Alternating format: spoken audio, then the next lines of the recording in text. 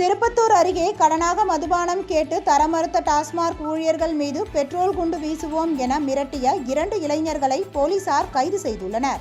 திருப்பத்தூர் மாவட்டம் கண்ணாலப்பட்டி பகுதியை சேர்ந்த கோபி, கவுண்டப்பனூர் பகுதியை சேர்ந்த சதீஷ்குமார் ஆகியோர் நேற்று இரவு காக்கங்கரை பகுதியில் செயல்பட்டு வரும் அரசு மதுபான கடைக்கு மது வாங்க சென்றுள்ளனர்.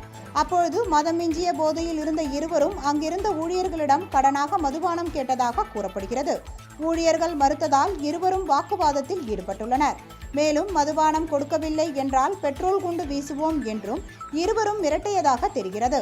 கடையின் விற்பனையாளர் சிவானந்தம் கொடுத்த தகவலின் பேரில் சம்பவ இடத்திற்கு வந்த கந்திலி போலீசார் கோபி, சதீஷ்குமார் ஆகிய இருவரையும் கைது செய்து நீதிமன்றத்தில் ஆஜர்படுத்தி சிறையில் அடைத்தனர். இச்சம்பவம் அப்பகுதியில் பெரும் பரபரப்பை ஏற்படுத்தியது.